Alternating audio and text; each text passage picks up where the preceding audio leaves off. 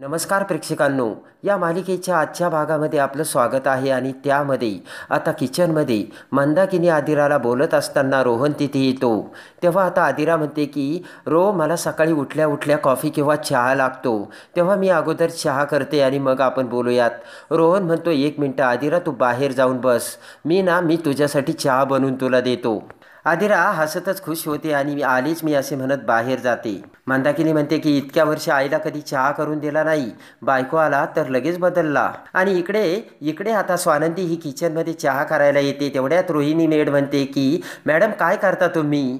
स्वानंदी म्हणते की चहा तर करते. रोहिणी म्हणते की अहो मॅडम, तुम्ही काय करता? अगोदर मी तुम्हाला चहा करून देते, तुम्ही बसा बरं. स्वानंदी म्हणते की काय, फक्त चहा तर करायचं आहे ना. आणि रोहिणी आता कोणकोणत्या प्रकारचे चहा बनवते याची सगळी नावे आता रोहिणी स्वानंदीला देते. आता रोहिणी म्हणते की चहासाठी मी पाणी कुठलं वापरू, साधं पाणी वापरू की अल्कलाईन वॉटर वापरू की मिनरल वॉटर वापरू? ते ऐकताच आता स्वानंदी चाट पडते. आणि तेवढ्यात आता स्वानंदी म्हणते की नळाचं पाणी वापरूयात ना. तेवढ्यात मल्लिका तिथे येते आणि म्हणते, नळाचं पाणी? अगं स्वानंदी, काय बोलतेस तू? आणि स्वानंदी म्हणते की चहासाठी. वाकडं तोंड करत आता मल्लिका म्हणते की चहासाठी? अगं काय बोलतेस तू, नळाचं पाणी? आणि मल्लिका म्हणते की इथे नळाच्या पाण्याचा चहा कोण पिताय स्वानंदी? स्वानंदी म्हणते की मला ना सकाळी सकाळी फक्त चहा प्यायची सवय आहे, तेवढ्यासाठीच मी किचनमध्ये आली होती. स्वानंदी म्हणते की मला अगदी साध्या पाण्याचा आलं घातल्याचा चहा लागतो. स्वानंदी इथे आली आणि तिने मला एवढे प्रकार सांगितले ना, मला काही कळलंच नाही. तेव्हा आता मल्लिका म्हणते की हे बघ स्वानंदी, इथे काहीच महाग नसतं, तुला हवं ते खा, तुला हवं ते पी. रोहिणीकडे बघत मल्लिका म्हणते की त्यांना ना ड्रायफ्रूट्स दे ना. स्वानंदी म्हणते नाही, नको मला. मल्लिका म्हणते, हे बघ, तुझ्या अगोदरच्या ज्या मिडल क्लास सवयी आहे ना स्वानंदी, त्या सोडून दे बरं आता. आता इकडे मल्लिका म्हणते, स्वानंदी तू सगळं मी करते असं का म्हणतेस? त्यांना त्यांचंसुद्धा काम करू देत ना.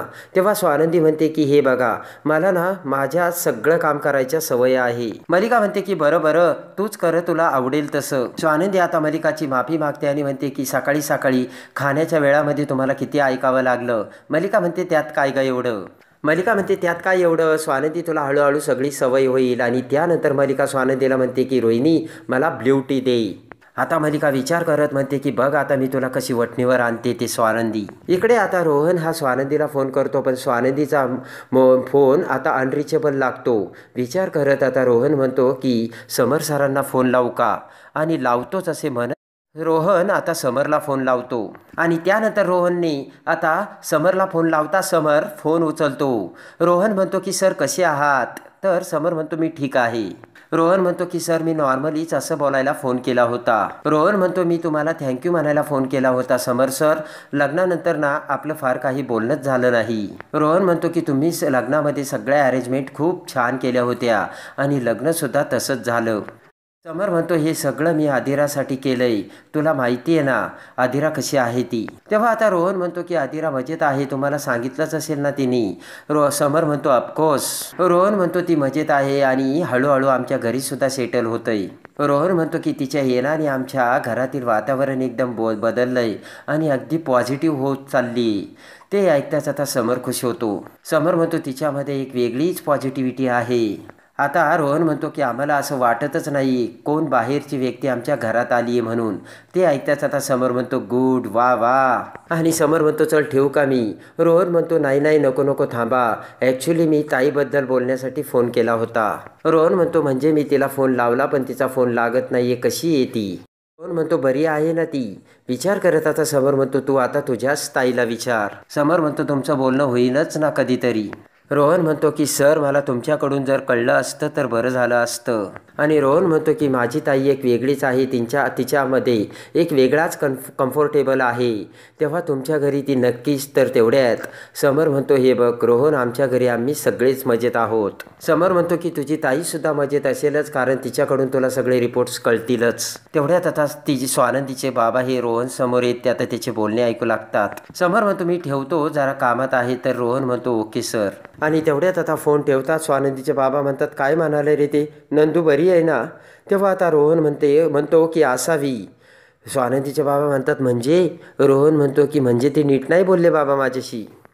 रोहन म्हणतो अगोदर तर ते नीट बोलत होते, पण जेव्हा मी ताईचा विषय काढला ना तेव्हा त्यांचा मूडच बदलला. रोहन म्हणतो की हे बघा बाबा, काळजी करण्यासारखं काही कारण नाही आहे. ऑफिसमध्ये होते ते आणि कामात असतील म्हणून ते तसे बोलले असावेत. स्वानंदीचे बाबा म्हणतात अरे रोहन, त्याचं मला काही एवढं आश्चर्यसुद्धा वाटत नाही, कारण लग्नामध्ये जे काही घडलं त्यानुसार समर राजवाड्यांनी आपल्यासाठी जे काही केलं ना ते कमीच आहे रे. आणि लग्नामध्ये जे काही घडलं त्या कारणामुळे त्यांचा विश्वास उडाला आहे रे. साखरपुड्याच्या वेळेससुद्धा त्यांनी आपल्याला खूप मोलाचा हात दिला, नाही तर आपल्यासाठी खूप अवघड झालं असतं रोहन, असे आता स्वानंदीचे बाबा रोहनला समजावतात. तेव्हा आता स्वानंदीचे बाबा म्हणतात की हे जे काही झालं आहे आणि तुझ्या आईने जे काही केलं आहे त्याला माफी नाही बरं का रोहन, कारण तुझ्या आईमुळे हे सगळं घडलं आहे आणि तुझ्या आईमुळे सगळ्यांचा विश्वास डळमळीला आला आहे. आणि सगळ्यांच्या समोर तो दुकानात येईल आता माणूस बांगड्या घेऊन कसा लग्नामध्ये आला होता आणि त्याने कसे सांगितले होते की या बांगड्या राजवाड्यांच्या आहेत आणि या मॅडम त्या बांगड्या घेऊन आमच्याकडे गहाण ठेवायला आल्या होत्या, हे आता त्या माणसाचे बोलणे आता रोहन आणि स्वानंदीच्या बाबाला आठवते. ते सगळं आठवून आता स्वानंदीचे बाबा म्हणतात हे बघ रोहन, एवढं सगळं होऊनही त्यांनी हे लग्न होऊ दिलं. स्वानंदीचे बाबा म्हणतात हे बघ रोहन, आपल्याला त्यांचे पैसे परत करायला हवेत, आपण त्यांचे पैसेही परत करू शकलो नाही. तेव्हा रोहन म्हणतो की बाबा मी आज ऑफिसमध्ये विचारतो आपल्याला काही लोन वगैरे मिळतो का, तुम्ही काही काळजी करू नका. इकडे आता मलिका ही अर्पिताकडे येते आणि अर्पिताला तिच्या त्या कानातले काढायचे सांगत नवीन सोन्याचे कानातले देते. अर्पिता आता खुश होती. मलिका म्हणते की हे बघ असंच वागायचं आणि असंच सगळ्यांच्या पुढे थाटामाटात राहायचं. अर्पिता म्हणते की मम्मा तू काही काळजी करू नको, तो खेळ बघितला ना आंधळी कोशिंबीर, त्यामध्ये कशी डोळ्याला पट्टी बांधतात आणि दुसरा कोणीतरी येतो आणि पटकन डोळ्याला टोपली मारून जातो, तसंच मी सुद्धा तेच करणार आहे. आणि त्या आदिराच्या घरच्यांना म्हणजे स्वानंदीच्या घरच्यांना कळणारसुद्धा नाही की कोण टोपली मारून गेलं ते ऐकताच आता मलिका खुश होऊन हसू लागते. आता इकडे पेपरमधली जाहिरात वाचून स्वानंदीचे बाबा आता त्या जाहिरातवाल्याला कॉन्टॅक्ट करतात आणि म्हणतात की हॅलो, मी तुमची जाहिरात वाचली पेपरमध्ये, तेव्हा आता मला हे भेटू शकेल का असे स्वानंदीचे बाबा विचारतात. स्वानंदीचे बाबा फोनवर म्हणतात की हे बघा त्यामध्ये वयाची वगैरे अट अशी काही नव्हती. सुस्मिता आता ते स्वानंदीच्या बाबांचे बोलणे ऐकू लागते. स्वानंदीचे बाबा म्हणतात ठीक आहे, काही हरकत नाही. आणि आता स्वानंदीचे बाबा म्हणतात की मी तुमची जाहिरात वाचली, ठीक आहे आपण भेटून बोलूयात आणि थँक्यू असे म्हणत ते फोन ठेवतात. आणि तेवढ्यात मंदाकिनी स्वानंदीच्या बाबाचे बोलणे ऐकत त्यांच्याकडे येते आणि म्हणते की या वयात तुम्ही नोकरी करणार आहेत का, आता तुम्हाला काही वाटतंय का. स्वानंदीचे बाबा म्हणतात की हे बघ सुस्मिता, चूक करायची आणि पुन्हा उलटं बोलायचं, आपण राजवाड्यांचे अजूनसुद्धा पैसे दिलेले नाही आहेत, ते कधी चुकवायचे, त्यासाठी करावीच लागणार ना नोकरी. तेव्हा आता मंदाकिनी म्हणते की मला माहिती आहे, पण राजवाडे एवढे गरीब नाही आहेत, ते श्रीमंत आहेत. स्वानंदीचे बाबा म्हणतात अगोदर आपण चूक करायची आणि नंतर स्पष्टीकरण देत बसायचं, हे अजिबात आवडलेलं नाही आहे. चल मला आवरून बाहेर जायचे सुस्मिता, मी जातो असे म्हणत स्वानंदीचे बाबा तिथून जातात. पटकन आता मंदाकिनी ही स्वानंदीला फोन लावते आणि म्हणते की अगं स्वानंदी, तुझ्या बाबाला जरा समजाव ना. स्वानंदी म्हणते की मी तुझ्याविषयी त्यांच्याबरोबर बोलण्याचा प्रयत्न केला, पण ते ऐकतच नाही आई. मंदाकिनी म्हणते माझं सोडून दे अगं, ते जॉबसाठी नोकरीसाठी इकडे तिकडे फोनवरती बोलतायत आणि नोकरी शोधतायत. स्वानंदीला धक्का बसतो. स्वानंदी म्हणते काय, पण तू त्यांना थांबव ना. मंदाकिनी म्हणते की माझं ऐकेल ते बरं ना. मंदाकिनी म्हणते की या वयात ते नोकरी करणार आहेत का आणि सकाळी डबा घेऊन ते ऑफिसला जाणार आहेत का. सांगायचा जर मी प्रयत्न केला तर माझं ऐकतात कुठं, कारण मला तर सगळ्यांनी वाळीतच टाकलंय. स्वानंदी म्हणते की एक मिनटं आई तू थांब, मी त्यांच्याशीच बोलते. आणि इकडे आता आजी समरला फोन करते आणि म्हणते की स्वानंदी मला नोकरी करू का असे विचारित होती. समर म्हणतो हो हो, मलाही त्यांनी विचारलं. आजी म्हणते की मी तिला सांगितलं की तुला जे वाटेल ते तू कर आणि हवं तर त्यासाठी तू पिंट्याला सुद्धा विचार म्हणून, आणि त्याचं मतसुद्धा तू जाणून घे. समर म्हणतो माझ्याशी बोलायची काय गरज आहे, तिला जर आवडलं असेल तर करू द्यात त्यांना नोकरी. आजी म्हणते असं काय करतोयस रे पिंट्या, अरे तू तिचा नवरा आहेस. समर म्हणतो आजी मला त्यांच्या आयुष्यात ढवळाढवळच करायची नाही, जर त्यांना नोकरी करायची असेल तर करू देत आणि नसेल करायची तर नका करू म्हणा. समर म्हणतो की त्यांना असं म्हणा की तुम्हाला जे हवं ते करा. तेव्हा आता आजी म्हणते मी तिला तेच म्हणाले. इकडे आता स्वानंदीचे बाबा जॉबसाठी नोकरीसाठी बाहेर पडलेले असतात. रस्त्याने जात असताना स्वानंदीचा फोन येतो. स्वानंदीचा फोन येताच आता हसतच खुश होऊन स्वानंदीचे बाबा म्हणतात, अगं बोल ग नंदू. स्वानंदी म्हणते, तुम्ही कुठे आहात? स्वानंदीचे बाबा म्हणतात, मी आत्ताच बाहेर पडलो. स्वानंदी म्हणते, तुम्ही मला भेटू शकता का? स्वानंदी म्हणते, एक काम करा, मला लाईव्ह लोकेशन पाठवा, मी लगेच येते. स्वानंदीचे बाबा म्हणतात, काय झालं ग नंदू? स्वानंदी म्हणते, आल्यावर मी सांगते. आणि इकडे आता आदिरा ही सुस्मितासोबत बोलत असताना पाठीमागून अर्पिता तिथे येते. पळतच येत आता अर्पिता आदिराला मिठी मारते आणि म्हणते, हाय आदिरा. आदिरा आता एक्साईट होत म्हणते की अगं तू इथे कशी? अर्पिता म्हणते, अगं मी तुला खूप मिस करत होते, मला राहवलंच नाही म्हणून मी पटकन आले. दोघीही मिठी मारतात. तेवढ्यात आतमधून मंदाकिनी पळत पळत येते आणि म्हणते की हो हो, मला ओळखलं का, मी आदिराची सासू. तेव्हा आता अर्पिता हाय करत म्हणते, कशा आहात तुम्ही? मंदाकिनी तिच्या पायातील चप्पल बघते आणि म्हणते की एक काम करा ना, अगोदर तुम्ही चप्पल बाहेर काढा, खूप ह्युमिनिटी होते आणि तसं ते आदिराला सुद्धा आवडत नाही बरं का. हसतच अर्पिता म्हणते, ठीक आहे काढते. आता मंदाकिनी हसतच आता अर्पिताला म्हणते की चहा घेणार ना? अर्पिता हसतच म्हणते की हो हो, एक कप ब्राऊन शुगर आणि ब्ल्यू टी. मंदाकिनी म्हणते की आमच्याकडे ना तसं काहीच नसतं. मंदाकिनी म्हणते की आमच्याकडे ना पाण्याचा आणि साखरेचा चहा मिळेल. ते ऐकताच आता अर्पिता म्हणते की काय सांगता काकू, म्हणजे आमच्या आदिराला हे सगळं चालतंय का? मंदाकिनी आता आदिराकडे बघते तर अर्पिता म्हणते, सॉरी बरं का, पण आमची आदिरा आहे ना ब्राऊन शुगरशिवाय काही घेत नाही, म्हणून मी म्हटलं. आदिरा म्हणते की अर्पिता असं काही नाही आहे, मी फाईन आहे आणि मला आवडतं ते.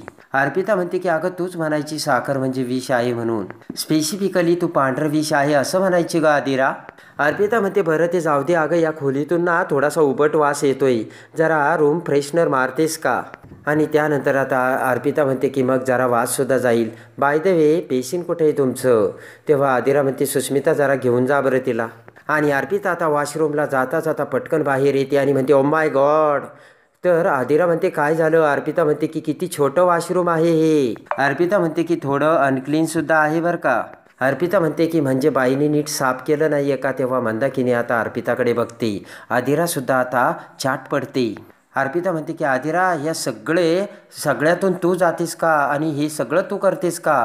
म्हणजे तुला हे तुझ्यासाठी चॅलेंजिंग नाही वाटत का? आदिरा म्हणते की काय चाललंय तुझं हे अर्पिता? अर्पिता म्हणते की अगं मी फक्त तुला सांगितलं कारण तुला अशा लाईफस्टाईलची सवय नाही ना गं.